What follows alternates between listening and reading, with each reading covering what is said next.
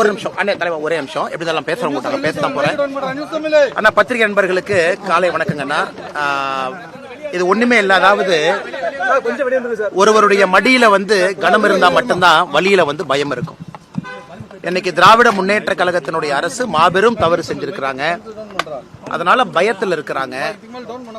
ஒரு ஜனநாயக முறையில் ஒரு ஆர்ப்பாட்டம் ஒரு போராட்டம் செய்யும் பொழுது குரல் வழியை நசுக்க வேணும்னு நினைக்கிறாங்க.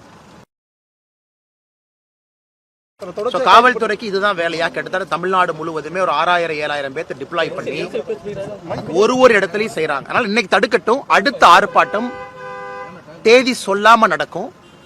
அது 22ஆம் தேதி நடக்கலாம், எப்ப வேணாலும் நடக்கலாம். எதை வேண்டுமானாலும் முற்றுகை செய்வோம். அது முதலமைச்சருடைய வீடாக இருக்கலாம், டாஸ்மாக் அலுவலகம். ஏன்னா எங்களை பொறுத்தவரை முதலமைச்சர் சம்பந்தப்பட்டிருக்கிறாங்க. அவரும் இதுல குற்றவாளி தான். அவர் தப்பிச்சு போக முடியாது. அவருடைய அமைச்சரவை அவருடைய கண்காணிப்பில் இருக்கு. ஒரு அமைச்சருக்கு அளவுக்கு அதிகமாக பாசத்தை காட்டியிருக்கிறாங்க.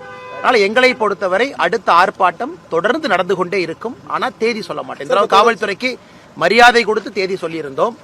அவங்க இந்த மாதிரி பிஹேவ் பண்றாங்கன்னா ஒரு அரசியல் கட்சியா நாங்களும் வேற ஸ்டைல்ல பண்ண ஆரம்பிப்போம்.